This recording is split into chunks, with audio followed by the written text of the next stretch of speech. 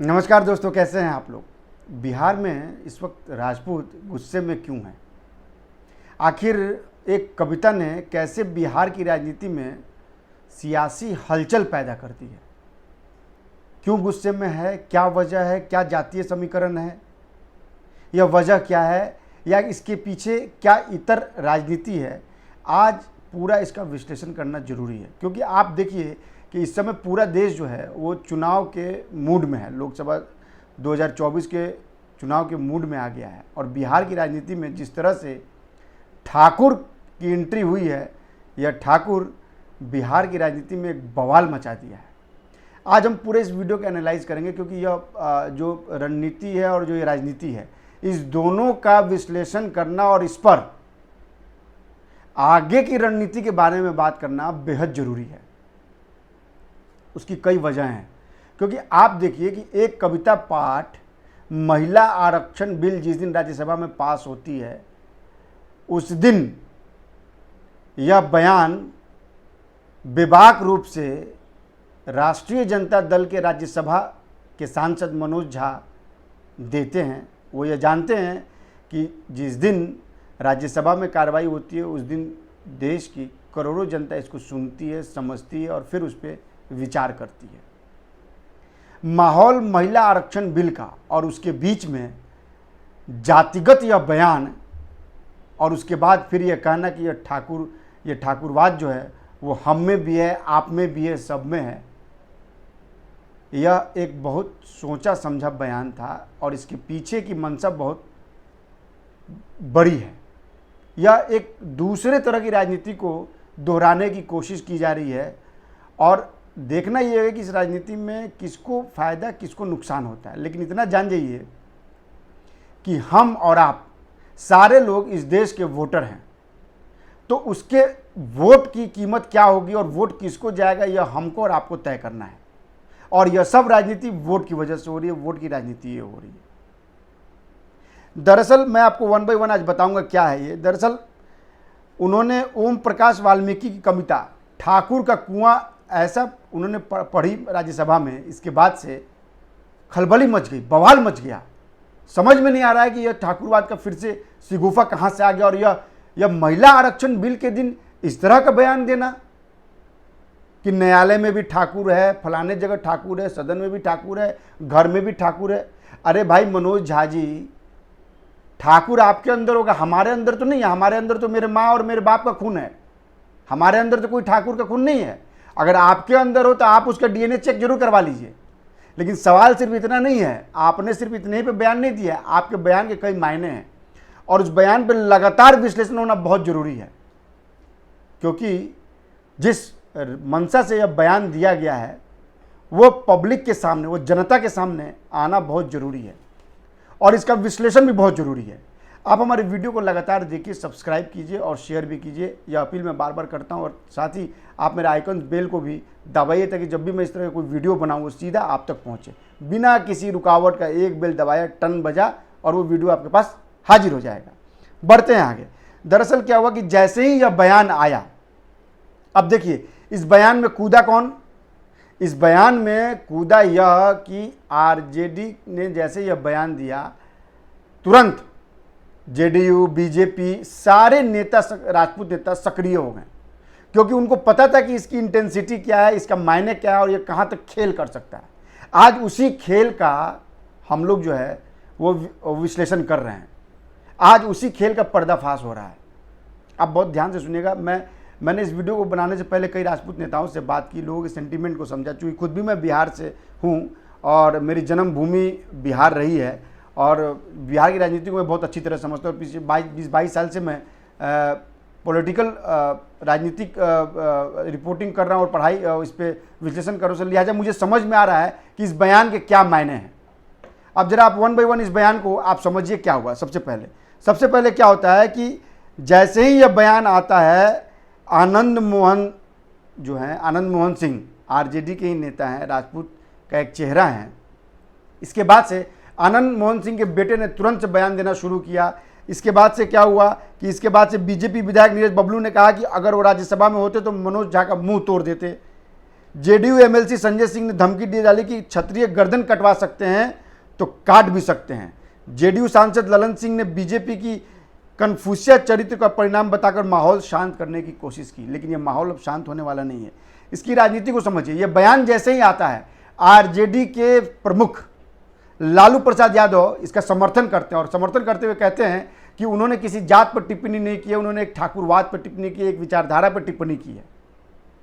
लालू जी, आप तो विचारधारा की बात मत कीजिए, क्योंकि जो लोग बिहार के हैं और जो लोग बिहार की राजनीति को समझते हैं वो जानते हैं कि 90-91 के दौर में मंडल कमंडल के दौर में आपने कैसे अग्रणी और पिछड़ी जातियों की राजनीति की थी, भूरा बाल साफ करने का आपने नारा दिया था और उसी पे आपकी राजनीति आज तक चलती आ रही है और आप और आपके नेता फिर से उसको दोहराने वाले हैं। खैर, आगे बढ़ते हैं। इसके बाद से क्या हुआ कि इसके बाद से तब सनसनी फैल गई जब लालू प्रसाद यादव के बेटे तेज प्रताप यादव ने कह दिया कि क्षत्रिय ब्राह्मण के रक्षा हेतु अपने प्राण तक निछावर कर देते हैं। इसका उदाहरण वेद पुराण और हमारा इतिहास गवाह है कि जब भी ब्राह्मणों पर कोई संकट आई है, क्षत्रिय सदैव पहले आगे रहे हैं और आजकल के क्षत्रिय बस जाति के नाम पर दिखावा करते हैं। यह जाति के नाम पर दिखावा करते हैं जो बोला तेज प्रताप यादव ने, यह सीधा सीधा आनंद मोहन सिंह और उनके बेटे चेतन आनंद पे सबसे प्रखर और मुखर हमला था।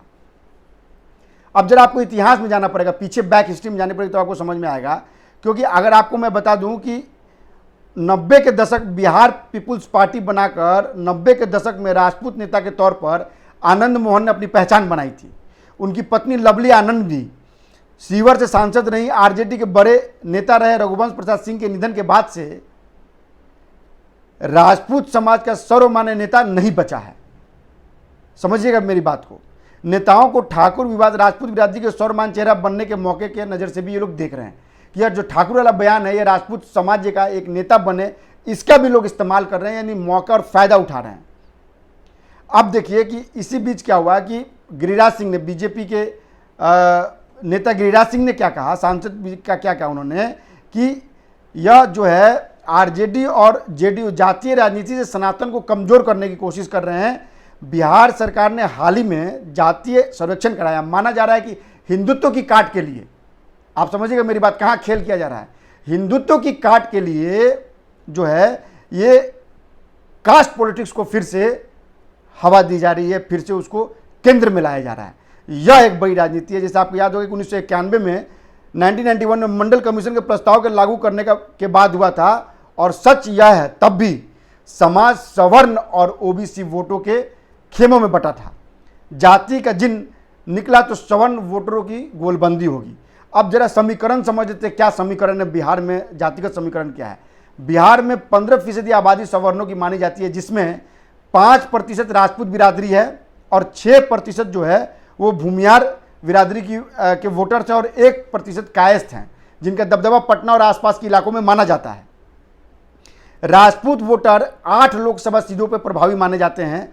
श्री कृष्ण सिंह के दौर से ही अनुग्रह नारायण सिंह और सत्येंद्र नारायण सिंह ने औरंगाबाद को राजपूतों का सियासी गढ़ बनाया था और वो गढ़ जो है आज तक चला आ रहा है। अब देखिए, आरा, वैशाली, छपरा, शिवहर और सहरसा लोकसभा सीटों पर भी राजपूतों का नेताओं का वर्चस्व है। ये डेटा मैंने नोट डाउन किया, ये डेटा मैंने खंगाला है, उसको उसके बाद मैं आपको बता रहा हूँ। इसके अलावा 40 से 42 विधानसभा सीटें भी राजपूत बहुल्य मानी जाती हैं।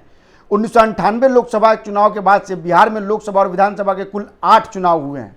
ध्यान दीजिएगा, यह आंकड़े बहुत इंपॉर्टेंट है।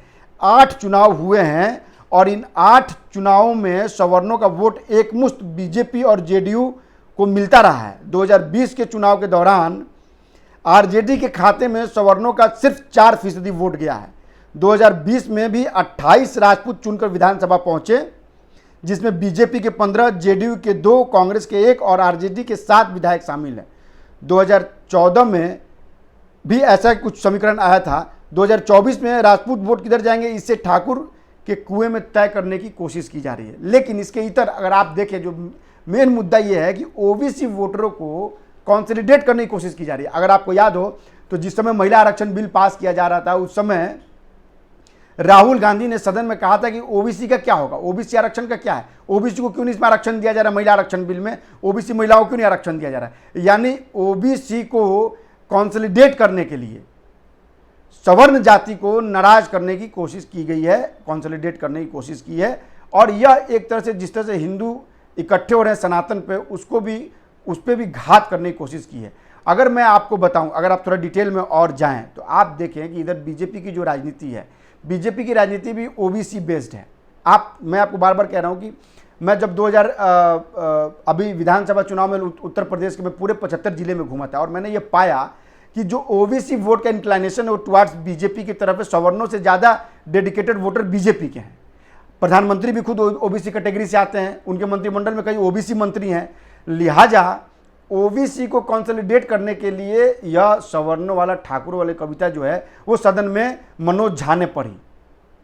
इसके इतर आप देखिए कि लगातार जिस तरह से केंद्र सरकार ओबीसी वोटरों को लुभाने के लिए और योजनाओं को जिस तरह से उन तक पहुंचाने के लिए कोशिश कर रही है, और लगातार प्रधानमंत्री अपने मंच से लगातार ये कहते हैं कि सबका साथ सबका विकास, और जिस तरह से ओबीसी पर आधारित देश की राजनीति होते जा रही है, आदिवासियों जनजातियों पर आधारित होती जा रही है, यह निश्चित ही आने वाले समय में 2024 के लोकसभा चुनाव में यह एक बड़ा परिवर्तन आपको देखने को मिलेगा। यह वोट के ट्रेंड को या वोट की राजनीति को भी बदलने का एक बहुत बड़ी कोशिश है। इसके इतर इस बयान के आने के बाद से चाहे मनोज झा हो, चाहे बाकी राजपूत नेता हो, चाहे बाकी नेता हो, वो लगातार इस पे जो है राजनीति करने की कोशिश कर रहे हैं। मनोज झा ने तो यहाँ तक कह दिया कि उनकी जान को खतरा है, वो एक अलग तरह से माहौल बनाने की कोशिश कर रहे हैं। और आपको मैं बता दूं कि जिस क्षेत्र से मनोज झा आते हैं बिहार के, वो कुछ क्षेत्र दरभंगा, सीतामढ़ी, ये सब जो क्षेत्र है वो ब्राह्मण बहुल्य है। वहाँ भी इन्होंने वोटरों को कंसोलिडेट करने की कोशिश ये की है। यह एक तरह से माइंडसेट डाला है कि भाई ब्राह्मण जो हैं वो राजपूतों के खिलाफ हो जाएं और कंसोलिडेट होकर वो वोट जो है या तो आरजेडी को जाए या फिर जेडीयू को जाए, बीजेपी को वोट ना जाए, क्योंकि सवर्णों का वोट बैंक जो है वो बीजेपी का माना जाता है। लिहाजा यह राजनीति किस करवट बदलेगी तो आने वाला समय बताएगा। लेकिन जो मेरा अपना अनुभव, जो मेरा अपना राजनीतिक विश्लेषण है, उसके हिसाब से आने वाले समय में बिहार में यह एक नए तरह का ट्रेंड शुरू होने वाला। हालांकि इस ट्रेंड को काटने की कोशिश की जा रही है, लगातार बड़े पैमाने पे इसके दुष्परिणाम को भी देखा जा रहा है और लगातार इस पर बात भी की जा रही है। लेकिन इसके इतर जो समझने वाली बात वो ये है कि आप देखिए कि एक तरह से सदन में आप ये सोचिए, बहुत बड़ी बात है, मैं बार बार इस बात को कह रहा हूँ, ये बहुत बड़ी बात है कि महिला आरक्षण बिल के दिन राजपूतों ठाकुरों पर यह कविता पढ़ना, उसके बाद ये कहना कि ठाकुरवाद हमारे में भी है, आप में भी है, सब में है, यह क्या इंगित करता है? यह एक बड़ा सवाल करता है। आप ये सोचिए कि महिला आरक्षण की बात हो रही है और उसमें आप यह कविता पढ़ रहे हैं और आप जानते हैं कि सदन के माध्यम से यह संदेश जो है करोड़ों लोगों के पास जाएगी, सारे देशवासियों के पास जाएगी। और उसके ठीक 4 दिन बाद सवाल यह भी उठता है कि क्यों नहीं उस दिन कोई प्रतिक्रिया, क्यों 4 दिन बाद आनंद मोहन सिंह जो है इस पर प्रतिक्रिया दे रहे हैं और राजपूतों को कंसोलिडेट करने की कोशिश कर रहे हैं। यह एक बड़ा सवाल है जो लोगों के दिमाग में घूम रहा है और उसका जवाब यह है कि चूंकि वो आप बिहार में देखिए कि जो राजपूत बहुल्य क्षेत्र जिसको कहा जाता है, जो 8 लोकसभा सीट पे भी वो उनका बहुल्य और कई सारे सीटों पे वो माने जा रहे हैं, वो एक तरह से कंसोलिडेट करने की कोशिश है। महज 5% वोटर्स हैं और अभी बिहार में जातिगत जनगणना हुई है, इसके आधार पर वो रिपोर्ट सरकार के पास है और सरकार इस समय किसकी है? आरजेडी की है, जेडीयू की है। तो लिहाजा उनको ये डेटा पता है कि किसकी संख्या कहाँ ज़्यादा है, कौन ज़्यादा बहुल्य है। उस हिसाब से यह बयान दिया गया, इसको समझने की जरूरत है। आप क्या है कि अब इसमें जो सबसे बड़ा ट्विस्ट ये आने वाला है कि जो राजपूत हैं, अब देखिए इस बयान के बाद से जब लालू यादव ने इसका समर्थन कर दिया, मनोज झा को उन्होंने कहा कि चेतन आनंद को नसीहत दी कि वो चुप बैठे, और उसके बाद से उनके बेटे का यह बयान कि क्षत्रिय जो है वो अब सिर्फ दिखावे के लिए हैं, यह एक तरह से ललकार है, यह एक तरह से। और इसके बाद से जो राजपूतों ने अपना गाथा निकाल के सब प्रमाण देना, पुराणों से लेके सब चीज़ की बात होने लगी, यह कोई यूं ही नहीं है, यह एक सब सोची समझी चाल है। इसको बेहद गंभीरता से समझनी होगी। हम लगातार इस खबर पर आपको अपडेट देते रहेंगे। आप हमारे वीडियो को लाइक कीजिए, सब्सक्राइब कीजिए और कमेंट्स कीजिए। कुछ कमेंट्स भी हमारे पास आते रह रहे हैं, हम उनको भी समाहित करने की कोशिश कर रहे हैं अपने न्यूज़ में।